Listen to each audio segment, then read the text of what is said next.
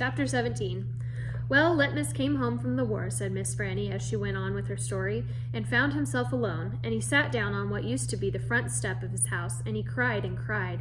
He cried just like a baby. He missed his mama, and he missed his daddy, and he missed his sisters, and he missed the boy he used to be. When he finally finished crying, he had the strangest sensation. He felt like he wanted something sweet. He wanted a piece of candy. He hadn't had a piece of candy in years, and it was right then that he made a decision. Yes, ma'am, Litmus W. Block figured the world was a sorry affair, and that it had enough ugly things in it, and what he was going to do was concentrate on putting something sweet in it. He got up and started walking. He walked all the way to Florida, and the whole time he was walking, he was planning. Planning what? I asked. Why, planning the candy factory. Did he build it? I asked. Of course he did. It's still standing out on Fairville Road. That old building, said Amanda. That big spooky one? It's not spooky, said Miss Franny. It was the birthplace of the family fortune. It was there that my great-grandfather manufactured the Litmus lozenge, a candy that was famous the world over. I've never heard of it, said Amanda. Me neither, I said. Well, said Miss Franny, they aren't made anymore. The world, it seems, lost its appetite for Litmus lozenges, but I still happen to have a few. She opened the top drawer of her desk. It was full of candy. She opened the drawer below that. It was full of candy, too. Miss Franny Block's whole desk was full of candy. Would you care for a Litmus lozenge? She asked Amanda and me. Yes, please, said Amanda. Sure, I said. Can Winn Dixie have one, too?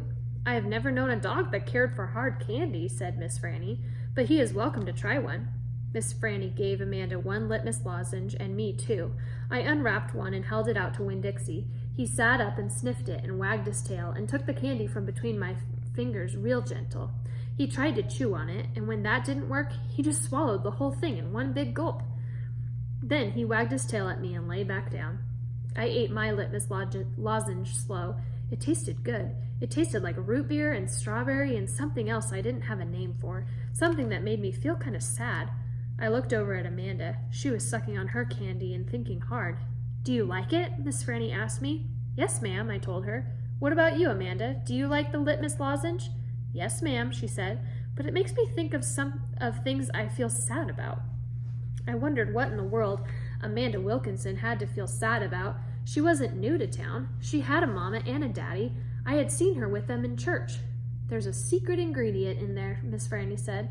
I know it, I told her. I can taste it. What is it? Sorrow, Miss Franny said. Not everybody can taste it. Children especially seem to have a hard time knowing it's there. I taste it, I said. Me too, said Amanda.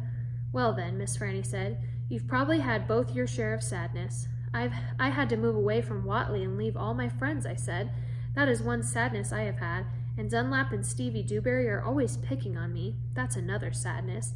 And the biggest one, my biggest sadness, is that my mama left me when I was still small, and I can hardly remember her. I keep hoping I'll get to meet her and tell her some stories.